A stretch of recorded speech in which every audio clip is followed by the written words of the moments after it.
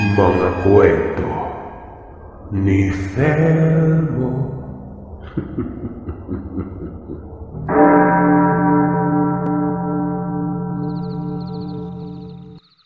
Ako si Danny, at ang kwentong ibabahagi ko ay nangyari pa noong dekada 70. Karanasan ito ng aking lolo Sotero. Nangyari ito sa isang bayan sa Luzon. Para maunawaan ninyo ang mga pangyayari ay hayaan niyong ikwento ko ito sa katauhan ng aking lolo. Ako si Sotero. Ang karanasan na ibabahagi ko sa inyo ay nangyari nung minsan akong nagtrabaho sa isang paggawaan ng mga inumin sa isang bayan sa Luzon. Kasama ang aking mga kaibigan na kasamahan na rin sa trabaho na sina Punsoy at Adones. Hindi lang kami sa pabrika nagtatrabaho. Paminsan-minsan ay dinadala din kami sa ilang bahagi ng Luzon. Hanggang sa sinabi sa amin ng kumpanya na magbubukas sila ng isa pang sangay ng pabrika sa isang lugar nun. Ang lokasyon nito ay nasa labas na ng Manila. May ilang oras ang biyahe mula rito papunta sa lugar. At dahil kaming tatlo ay kabilang na sa kanilang pinagkakatiwalaan, kaya kaming tatlo ang kanilang pinadala sa lugar na yon. Dekada 50 pa nang mangyari ang karanasan namin ito. Sa mga manginginom dyan, sigurado akong alam nyo kung ano ang inumin na ito. Ang hindi namin maintindihan ng aking mga kasama noon ay kung bakit tinawag ng mga tao ang lugar na aming lilipatan sa pangalan na Sadako pa roon. May iba ng pangalan ng lugar na ito nang lumipat kami. Pero ito na lamang ang aking ginamit. Isa ito sa mga maunlad na lungsod ng Luzon sa kasalukuyan. Bago pa man kami lumipat sa lugar, ay nagpatayo ang kumpanya ng bahay kung saan ang aming panunuluyan. Kasama ang aking mga kasamaan sa trabaho at ang iba pang maaaring magtrabaho din doon. Pero malayo ang kanilang iuuwian. Kaya kaagad kaming sumang-ayon dahil sa magkakasama pa rin kaming magkakaibigan sa trabaho.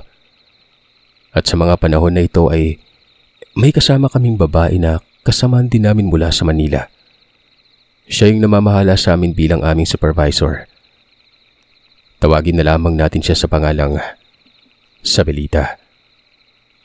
Tinatawag namin itong minsan na Ma'am Sabel at ang iba naman Ma'am Lita. Dalaga ito. Halos hindi makabasag pinggan kung kumilos. Napakamahiyain din ito. Literal na dalagang Pilipina kung kumilos. Maganda ang baling kinita nitong katawan. Natural na hindi maitim pero hindi din masyadong maputi ang makinis nito na kutis. Mapupungay ang mga mata at magandang hugis na mga labi nito. Sa totoo lang ay inahangaan ko ito pero masasabi kong hindi ito basta-basta magkakagusto na lamang sa kung sino-sinong lalaki na lang. May pagkasuplada at pagkastrikta din kasi ito. Maayos kaming nakarating sa lugar. Ang mga tao doon ay maganda din naman ang pakikitungo sa amin. May ilang nagtatanong kung naghahanap na manggagawa ang aming kumpanya. Sumasagot naman kami sa kanila na malalaman naman nila kapag naghahanap na ng manggagawa dahil maglalagay naman sila ng karatula. At sigurado naman kami na kapag malakas na ang produkto sa lugar talagang magdadagdag ang mga ito. Yan din ang dahilan kung bakit malaki ang bahay na pinagawa ng kumpanya para sa aming mga trabahador. Tumango na lamang ang mga ito at nagsabing hihintay na lamang nila na mag-anunsyo ang kumpanya. Mabilis kaming nagkaroon ng kaibigan sa lugar. Itong si Sabelita naman ay nakakuha ng atensyon at syempre, paghanga sa mga kalalakihan sa lugar na yon. Maging sa trabaho. Pero talagang mailap ang dalaga. Hanggang sa nag-anunsyo na ang kumpanya na naghahanap sila ng iba pang manggagawa. Lumalakas na ang pabrika ng mga panahon na ito. Marami ang nag-a-apply at nagtatrabaho. Mga baguhan. Nagkaroon na rin ng iba pang mga bisor. At dahil kaming tatlo ang pinakamatagal sa trabaho ay pinalitan ng aming bisor ng bago. Ayon sa aming manager ay hindi na namin kailangan ng bisor. Kung tutuusin ay kayang-kaya na naming gawin ang aming trabaho at turuan ang aming mga kasama nun. Pero kailangan pa rin namin ng tagapamahala sa lahat ng aming mga nagawa na. Kaming tatlo dapat ang gustong maging bisor ng aming manager. Pero kami mismo ang umayaw. Kapag bisor kasi ibig sabihin ay kailangan naming mamahala sa aming mga kasamahan. Hindi kami sanay sa ganon. Kaya mas pinipili namin na sa ganon pa ring posisyon. Wala pa kaming makakaaway na kasamahan sa trabaho kapag pumalya mga ito. Dahil doon ay napilitan ng aming manager na magpapalit sa posisyon ni Ma'am Sabilita. Lalaki ang kanyang napili na siyang tinawag naming Boss Arthur. Mabait ito, maalalahanin sa aming lahat. Palagi kami nitong inaalalayan sa lahat ng aming gagawin. Natila ba kung tingnan na hindi ito isang bisor? Ginagawa niya kung anuman ang trabaho. Samantalang si Ma'am Sabilita naman ay kasama pa rin namin sa aming tinitirahan. Pero bihira na lamang namin itong nakikita. Simula nang inilipat siya ng departamento. Sa departamento naman namin ay maganda nun. Siguro magtataka kayo kung bakit pinabanggit ko palagi si Ma'am Sabilita. Kung ano man kasi ang nangyari sa kwentong ito, may kinalaman ito sa kanya. Malalaman niyo mamaya. Sa ngayon, dito muna tayo sa aming departamento. Sa aming samahan, nakatira lamang sa lugar si Boss Arthur. Kaya kapag may handaan sa kanila ay inibentahan niya kami. At doon namin nakilala ang kanyang ina na tinawag namin na Nanay Suling. Mabait na ginang si Nanay Suling. At nalaman namin na isa pala itong albularya. Natutuwa ito sa aming tatlo. Kapag pumupunta kami sa kanila ay madalas niya kaming pinagluluto. Pero lagi niya rin kaming binabalaan na mag-ingat palagi sa pinupuntahan namin kapag wala kaming pasok nun. Hindi lahat ng lugar dito ay ligtas. Kung dito lang sa bukana ng lugar ay wala kayong problema. Pero sa mga medyo liblib na ibayo mag-iingat kayo mga iho ha. Hindi ko man alam kung naniniwala kayo sa mga nilalang na may kinalaman sa mga lihim na karunungan pero huwag niyong sabihin hindi ko kayo binalaan. Tumango naman kami at nagpasalamat sa kanyang mga paalala. Araw ng Sabado, inimbitahan kami ng isa naming kasamaan sa trabaho, si Eryong. Ayon sa kanya, karawan ng kanyang anak kaya iniimbitahan niya kami na maki-birthday. Total kinabukasan Linggo, wala kaming pasok kaya pwede kaming maglasing ng gabing yon. Pero sa kung anong dahilan ay sumama ang tiyan ko pagdating sa aming tinutuluyan, kaya hindi ako nakasama sa kanila. Si Ponsoy naman ay hindi na rin sumama. Tanging si Adonis lamang ang sumama kay Eryong papunta sa sityo na sa dako pa roon. Kaming dalawa ni Ponsoy ay naiwan sa aming tinitirahan. Pero sa kung anong kalokohan talaga ng aking tiyan, dahil 2 oras lamang ang nakaraan nang makaalis ang dalawa, nawala na rin ang pag-aalburuto ng tiyan ko noon. Napamura na lamang ako at nagsabi ng naghahanap lang yata ng rason tong tiyan ko para hindi ako makaalis Nakakamot sa ulo kong nagrereklamo kay Ponsoy na noon ay nag-iihaw ng isda na aming ulam sa hapunan. Tinawanan na lamang ako ng loko at sinabing, "Malay mo tol, may dahilan yung lahat." "Ikaw ba tol, bakit hindi ka sumama?" Tanong ko sa kanya. "Tinamad na ako tsaka kakainom lang natin nung isang gabi. Mahirap na uminom palagi, baka pagsisihan ko sa huli." Sa bagay, kumain na lamang kami ng hapunan at naglaba ng aming damit ng gabing yon. Sakto namang makatapos kami sa paglalaba ay nakaramdam kami ng pagod kaya ayon, natulog na lamang kami. Hindi na namin naramdaman pa kung anong oras nakauwi si Adonis. Nagising na lamang kami kinabukasan na nakahiga na ito sa sofa na gawa sa kahoy sa sala. Sa kalasingan nito, hindi na niya nagawa pang makapasok sa silid tulugan namin. Hinayaan na lamang namin ito. Umalis kami ni Ponsoy at naglaro ng basketball. Pagkatapos maglaro ay pumunta lamang kami sa palengke at namili ng aming pagkain.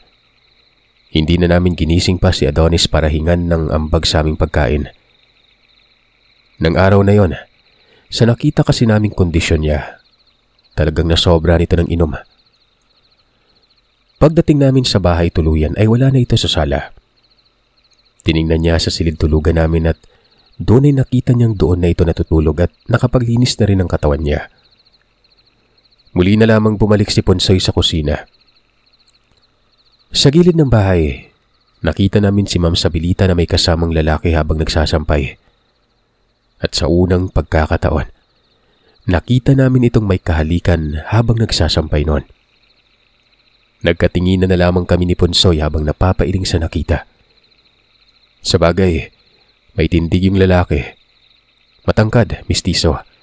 At sa klase ng gawin nito ay halata na hindi ito purong Pinoy. Masyado silang abala sa kanilang ginagawa na para bang hindi nila nakikita na may iba pang tao na naroroon sa lugar. Tinapik ko na lamang sa balikat si Ponsoy at sinenyasan na pumasok na kami sa kusina. Kagad naman itong pumasok at doon ay kinakantsawan namin ang isa't isa. Wala na tol, bigo na tayong lahat. May nobyo na yung mahal nating si Ma'am Sabilita. Wika ko kay Pusoy na siya namang pinagtawanan na lamang naming dalawa. Ilang sandali pa ay pumunta na rin si Adonis sa kusina. Tila ba nangihina pa ito? Nagtanong ito sa amin kung ano ang pinagkakaguluhan namin ni Ponsoy. Wala tol, may nakita lang kami. Pabulong kong sagot dito. Ilang saglit lang ay si Adonis naman ang nabalingan namin ng kantsaw sa itsura niya kaninang umaga habang nakahiga sa lamesa. Buti tol na kaya na pang umuwi no? Pangaasar ko dito. Napakamot na lamang ito sa kanyang batok at nagkwento ng kanyang mga nakita sa lugar nung gabing yon. Weirdo ng mga tao dun tol. Ayoko nang bumalik dun. Pagkikwento nito sa amin. Dahil sa kanyang sinabi ay napalingon kami sa kanya at tinanong siya kung ano ba ang nakita niya sa lugar. Hindi niya rin naman masabi sa amin kung ano yon. Pero ayon sa kanya, kakaiba umano. Nung maaga pa naman ay ayos lang pero nung gumabi na ay nag-iba na ang kanyang nakita. Akala ko nga hindi na ako makakauwi. Buti na lang hinatid ako ni Eryong. Tumango lamang kami at niyaya na siyang kumain nun. Sinigang na baboy ang ulam namin.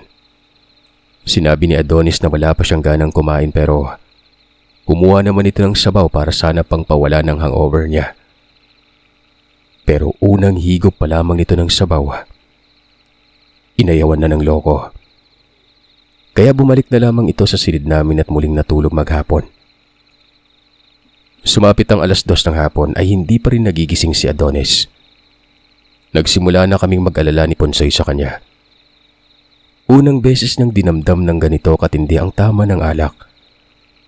Napasambit na lamang kami ni Ponsoy ng, buti na lang tol hindi tayo nakapunta no. Kung hindi baka ngayon, 3 na tayong natulog na lang maghapon. Sambit ko dito na sinang-ayunan naman ni Ponsoy. 6:00 na ng gabi nang magising ito. Pero tila ba iba na ang timpla ng modo niya. Mainit na ang kanyang ulo na kahit niyayaya na namin itong maghapunan. Hindi ito namamansin. Kaya hinayaan na lamang namin ito ni Ponsoy. Pero nagtataka kami kung bakit hinahakot nito ang kanyang mga damit nun. Tinanong ko siya kung bakit siya naglilipat ng kwarto. At sinagot niya ako ng, masikip na sa silid. Hindi na tayo magkasya. Walang pakundangan na sagot niya.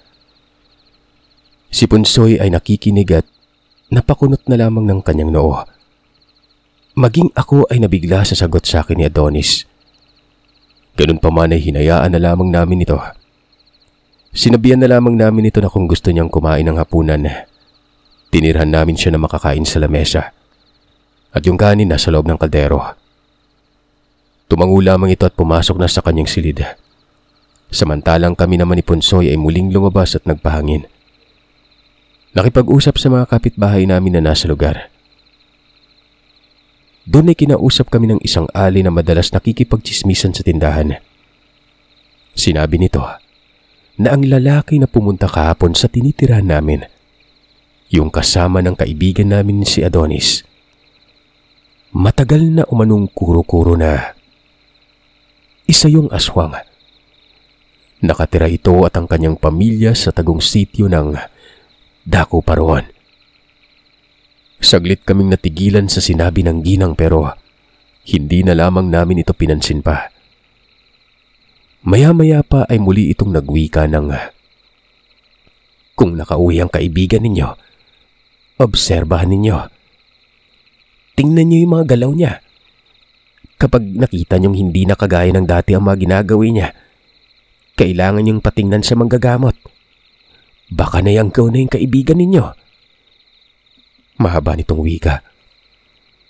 Hindi kami nakaimik sa mga sinasabi nito. Ilang sandali pa ay may isang lalaki ang tumitig sa ginang na siyang nagpatiklop dito. Walang ano-ano ay mabilis itong pumasok sa kanyang tahanan. Tila ba nakakita ito ng maligno na napasign of the cross pa bago tuluyan nitong sinarado ang gawa sa kawain niyang bakod. Habang ang lalaki naman ay ngumisi na lamang at bumili pa ito ng sigarilyo sa tindahan. Nang tiningnan ko ang tindera ay wala itong kakibo-kibo na binigyan niya ng sigarilyo ang lalaki. Sinabihan kami nito ng, "Huwag niyong intindihin niyang si Minang. Baliw ang babae niyan. Palibhasa iniwan ng asawa at pinagpalit sa iba eh." Wika ng lalaki nang ngumisi pa bago umalis. Ni hindi na nito nabayaran ang kanyang sigarilyo. Pero hinayaan lamang yun ng tendera. Habang kami naman ni Ponsoy ay pumasok na lamang din sa bahay. Sandali lang kaming nakapasok noon nang may humintong sasakyan sa labas. Nakita namin na bumaba doon si Ma'am Sabilita. At kagaya ng nakita namin sa likod ng bahay, nakipaghalikan pa ito kay Tisoy bago pumasok sa loob ng bakod at umakyat na sa hagdan sa labas paakyat sa ikalawang palapag. Sa gilid ng dingding sa labas ng bahay kasi ang hagdanan, paakyat sa ikalawang palapag noon.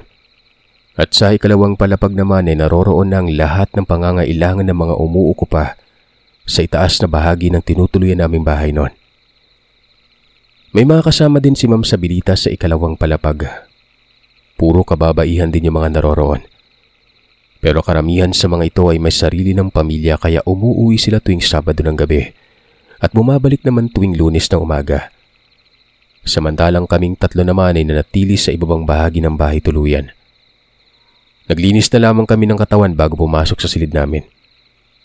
Nag-uusap kami ni Ponsoy na napaka-weirdo nangyari ngayong araw.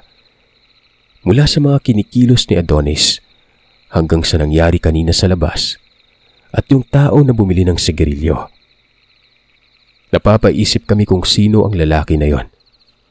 Ilang buwan na kaming nanatili sa lugar pero hindi namin nakita ang lalaki na yon kahit na minsan. At yung ali na parang walang kinatatakutan sa pagchichismis bigla talagang tumiklop sa lalaki na yon. Habang nag-uusap ay nakarinig kami ng mga pabulong na parabang may nag-uusap na tao sa sala. Tumahimik kami sa pag-uusap para makinig kung sino man ang nag-uusap na yon. Pero kapag nakikinig kami, nawawala yung boses. Maya-maya ay may narinig kaming huni ng hayop sa labas. Mahina lamang ang huni na yon pero halatang nasa malapit lang kung anumang hayop ang nagpapakawala ng tunog. At ang tunog na ito, para bang tunog ng isang ibong kurokoto. Kro, kro, kro. Paulit-ulit na tunog ng ibon na animoy may tinatawag. Kami naman sa loob ay para bang wala namang nararamdamang kung anuman, kaya hinayaan na lamang namin yon. Sa katunayan ay lumabas ako at pumunta sa kusina para kumuha ng tubig na may inom. Dumaan ako sa labas ng silid na nilipatan ni Adonis pero nakapatay na ang ilaw. Kaya iniisip ko na baka tulog na ito. Nasapag pa rin ang pagkain na iniwan namin para sa kanya.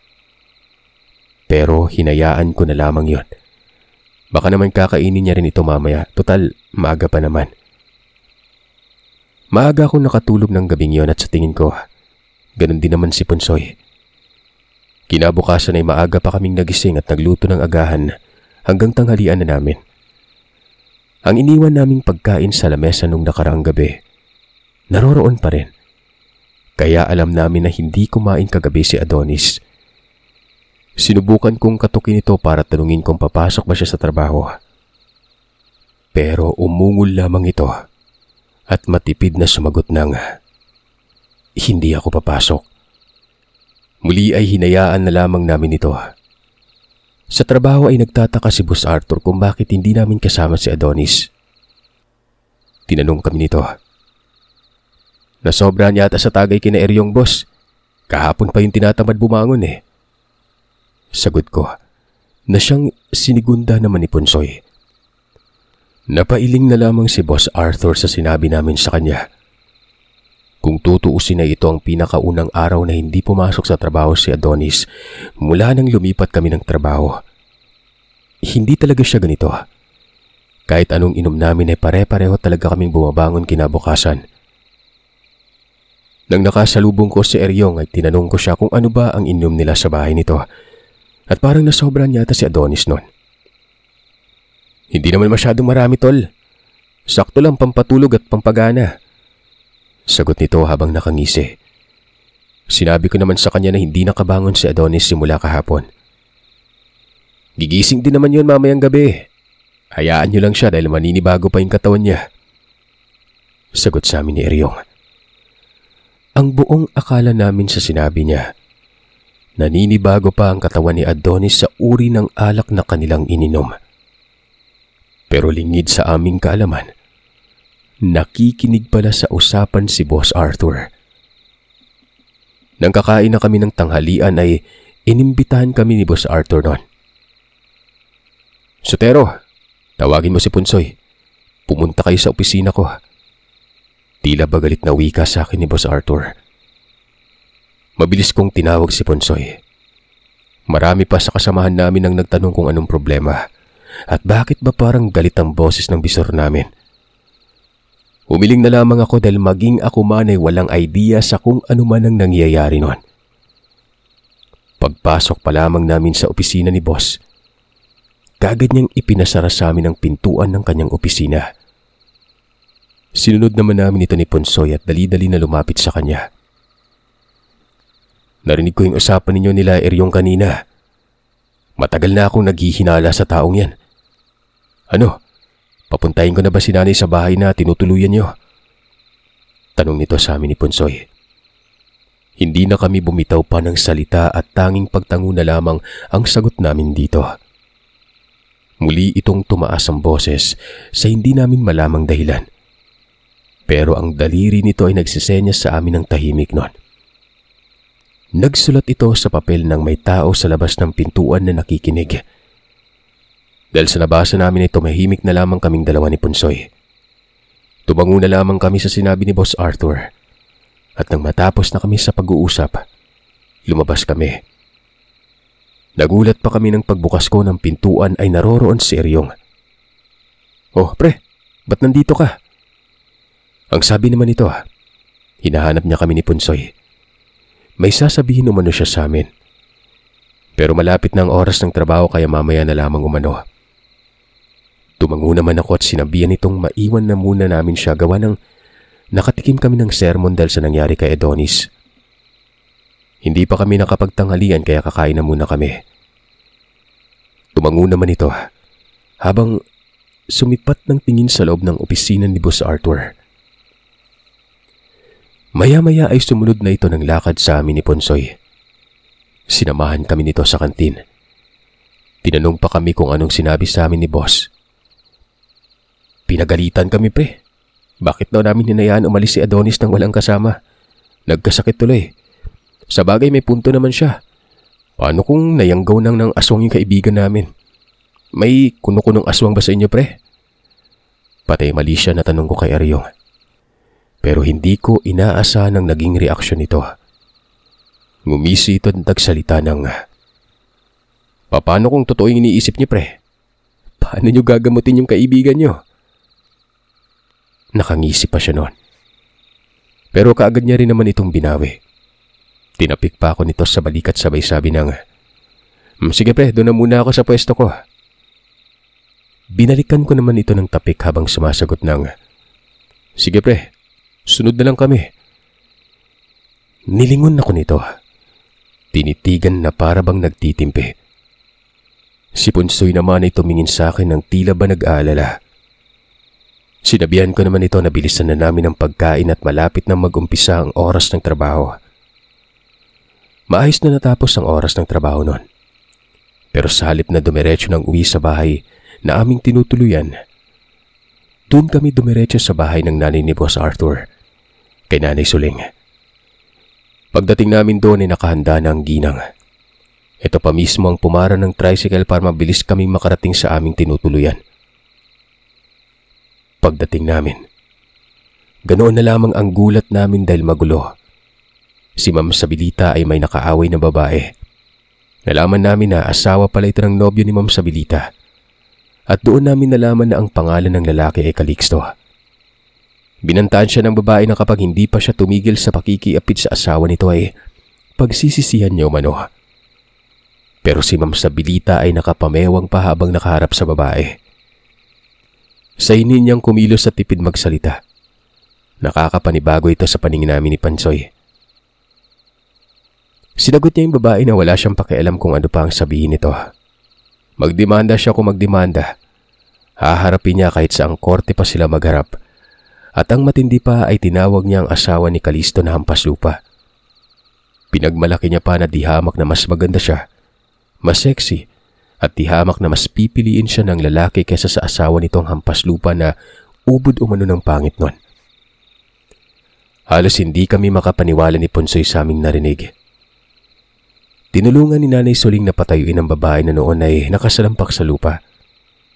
Tinulak ito ng mismong asawa nito at saka pa nito inalalayan si Sabilita na umakyat ng hagdan. Umiyak na lamang ang babae. Si Nanay Suling ay kinausap ang babae at sinabi nito na, "Umuwi ka na. Gawin mo kung ano ang tingin mo ang tama para makamit mang hustisya. Asahan mong hindi ako makikialam. Neng, halika. Iuwi mo na yung inay mo." Wika nito. At doon namin napansin ang isang batang babae na may hawak na sanggol sa tabi. Kawawa ang mga ito. Umiiyak. At halatang nagugutom pa ang mga ito noon. Mabilis akong pumunta sa tindahan na nasa tabi lamang ng aming bakuran. Bumili kami ni Punsoy ng tinapay at binigay doon sa bata.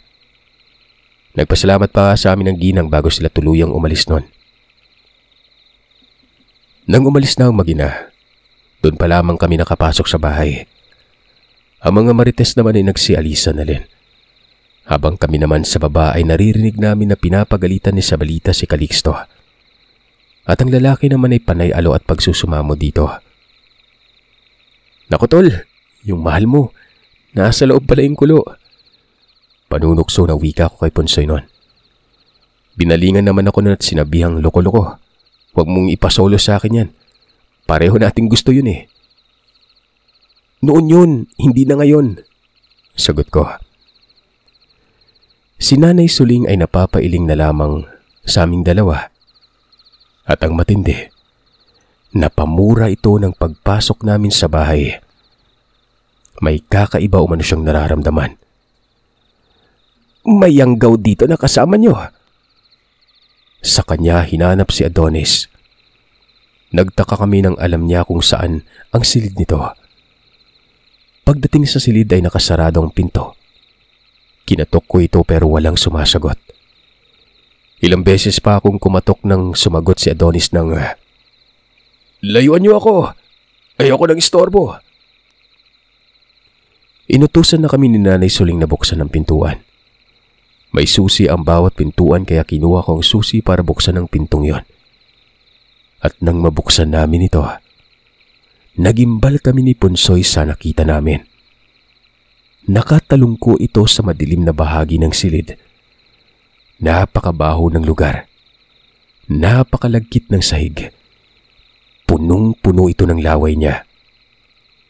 Si Nanay Suling ay panay dasal nun habang lumalapit sa kanya. Wala kaming maintindihan sa uri ng dasal nito pero alam naming nasa lingwahe ito ng Latin. Habang nag-oorasyon ay hinanap niya ang switch ng ilaw. Nang mabuksan niya na ito ay doon na nagwala si Adonis. Pero yung pagwawala nito, saglit lang. Natigil ito dahil sa patuloy na pagdadasal ni Nanay Soling. Dahan-dahang nanghina si Adonis. Doon na nasabi ni Nanay Soling na hindi pa siya nakakain simula ng araw na nayanggaw siya. Pero sa ganun kabilis na sandali ay nakita ko ang pangangayayat nito. Humpak ang itsura nito at animoy buto na lamang na binalutan ng balat. Sa ganun kabilis na panahon, para itong bata na isang kamay lang ni Nanay Soling, na kaya niya na itong buhatin para umupo sa papag nun.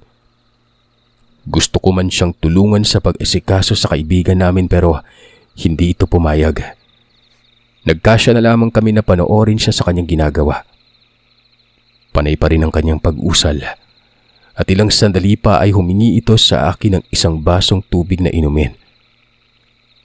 Nang bigyan ko ito ay kaagad niya yung inusalan. Pinatakan niya ng kanyang langis ng 7 beses habang patuloy pa rin sa pagdarasal. Pinainom niya yun kay Adonis. Kahit nangihina ay pinilit itong inumin ng kaibigan namin. Habang nilalagok ito ng kaibigan, patuloy pa rin ang pagdadasal ni Nanay Soling. Hanggang sa naubos niya ng isang basong tubig na yon. Kasunod na hiningi sa akin ni Nanay Soling ay ang balde. Kumuha ko. Nilagyan ko ng tubig at dinala sa silid. Habang si Ponsoy naman ay mas pinili na lamang na magluto ng aming hapunan. Pagkalapag ko ng balde sa sahig ay kaagad nang nagsimulang magsuka si Adonis. Nung una, puro buo-buong karne ang kanyang sinuka. Napakabaho ng karne na yon na hindi ko kayang ilarawan ang itsura nito. Nasusuka pa rin ako sa tuwing naiisip ko yon. Sunod nitong sinuka ay puro laway. Malagkit na laway. At ang pinakahuli ay ang isang mangkok na itlog na kasing hugis ng itlog ng palakanon. Kulay itim na napakadulas ng itlog na yon. Napailing si Nanay Soling subalit kampante nitong sinabi na hindi na buo ang itlog dahil na rin sa disiplina ni Adonis sa sarili. Muli siyang humingi ng isang basong tubig na inumin. Pagbigay ko sa kanya ay muli niyang inusalan at muling pinainom kay Adonis yon. Magiging maayos ng kalagayan mo. Babalik kang muli sa pagiging normal. Doon ay nakita kong tumulo ang luha ni Adonis habang nagpapasalamat. Maging sa akin ay napatingin ito at nagwika ng, "Salamat sa inyo ni Tol Ponsoy." "Ayos lang, Tol. Pahinga ka muna para bukas maayos ka na." Kagad naman na itong napapikit para matulog. Si Nanay Soling naman ay hindi na umuwi ng gabing yon. Doon na ito nagpalipas ng gabi sa aming tinutuluyan. Nanatili siya dahil baka sakaling bumalik pa ang nangyanggaw sa aming kaibigan. Pero ayon sa kanya, malabo dahil hindi tinanggap ng sistema ni Adonis ang yanggaw na kanilang itinanim. Wala kaming narinig kahit huni ng ibon ng gabing yon. Mas rinig pa namin ang mga daldal ni Sabelita sa taas. Kinabukasan, hindi kami pumasok ni Ponsoy. Mas pinili naming alagaan na lamang muna ang kaibigan namin. Kinahapunan, pinuntaan kami ni Boss Arthur. Dinalhan niya kami ng mga pagkain na iluluto para mabilis na makarecover si Adonis. Nagpasalamat talaga kami sa bisor namin na ito. Si Nanay Soling naman ay umalis na. Ayon sa kanya ay ligtas na si Adonis kaya huwag kaming mag-alala. 7:00 ng gabi. Kumatok sa pinto namin si Calixto. Nagpapatulong na nagpatawag ng taxi dahil dadali niya sa ospital si Sabelita. Nagpatulong na rin ito sa amin para buhatin ang dalaga. Nagmadali naman si Ponsoy na tumawag ng taxi at pagdating nito, umakyat naman kami sa taas para tulungan ng lalaki na buhatin ito. Nagulat kami sa nakita naming kalunos-lunos nitong sitwasyon. Malaki ang tiyan nito na akala mo 7 buwan ng buntis.